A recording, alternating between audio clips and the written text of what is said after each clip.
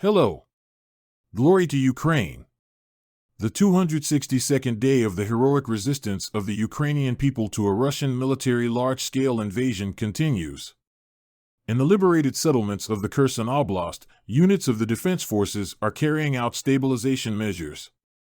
Also, representatives of the Oblast military administration returned to Kherson and began work there.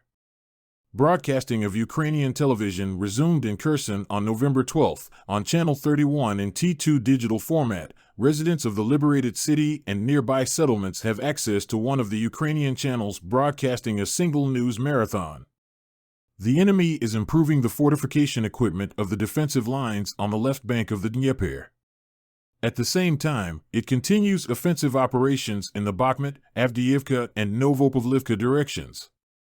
During the day, the Russian occupiers carried out 14 airstrikes, carried out up to 10 attacks from rocket salvo systems.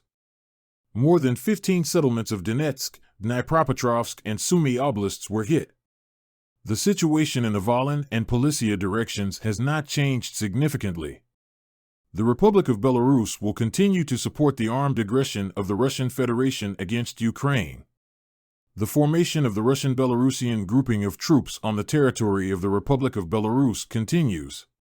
There remains the danger of missile and airstrikes from the territory and airspace of this country.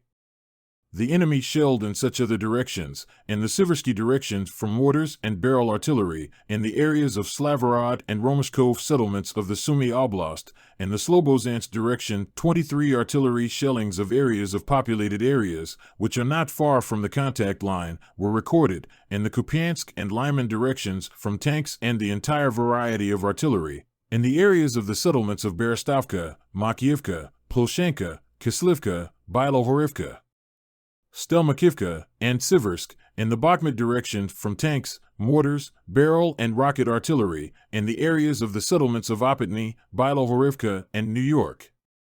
In the Avdiivka direction from tanks and various caliber artillery, in Mariinka, Avdiivka, Novomykhailivka, and Opatny districts, in the Novopavlivsk and Zaporizhia directions from tanks and artillery of various types, in the areas of the settlements of Ramivka, Volodar, Sherbaki, Stepov, and Prikostivka. In the South Bud direction, the enemy, after blowing up the Antonivsky Road and railway bridges, the road through the Kakhovskaya HPP Dam and other previously mentioned bridge crossings, is carrying out engineering equipment of the positions on the left bank of the Dnipro River. The Russian military political leadership does not stop trying to integrate the temporarily occupied territories of Donetsk and Luhansk regions into the legal space of the Russian Federation. Thus, since November 11th, the issuing of documents of self-proclaimed territorial entities, in particular regarding participation in hostilities, has been stopped in this territory. The command of the 1st and 2nd Army Corps of the Southern Military District of the Armed Forces of the Russian Federation has been given an order for the centralized transfer of monetary payments with personnel to financial institutions and to bank cards of the Russian Federation. Servicemen of these units were offered to continue their service on a contractual basis under Russian law. At the same time, these persons express fears about the annulment of documents and benefits assigned by the fake republics in case of refusal of the new contract. In the temporarily captured territories of the Kherson region, the moral and psychological condition and discipline of Russian soldiers is deteriorating. A dry law was introduced in the village of Henichesk, and the occupation authorities confiscated and removed alcoholic beverages from warehouses, shops, restaurants, and other places of public catering. According to detailed information, it has been confirmed that the defense forces hit the concentration area of the occupiers in the Luhansk Oblast, in the area of the village of Hersk.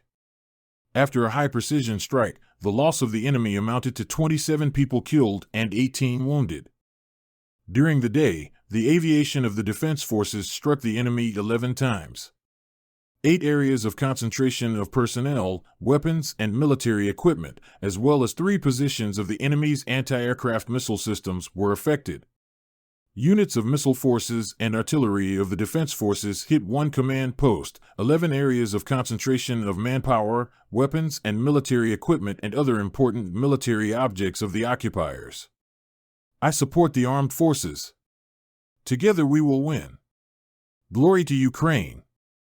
Let's keep in touch.